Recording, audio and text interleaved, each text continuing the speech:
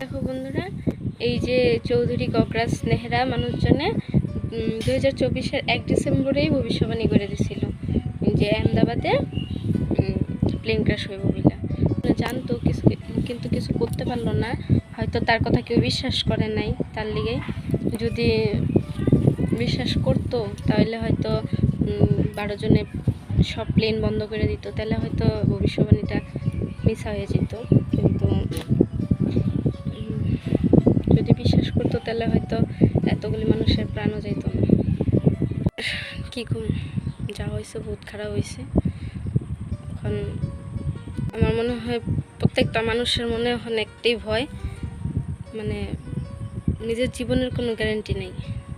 এখন একটা যে স্বপ্ন ছিল, ওই স্বপ্নটা মানে এখন এমন হয়েছে যে পূরণ করুম না এমন হয়ে গেছে। এখন আর কি কম, যেটাই হয়েছে বহুত খারাপ হয়েছে। ভগবানের কাছে একটাই প্রার্থনা করি, মানুষগুলার আত্মায় যাতে শান্তি পায়।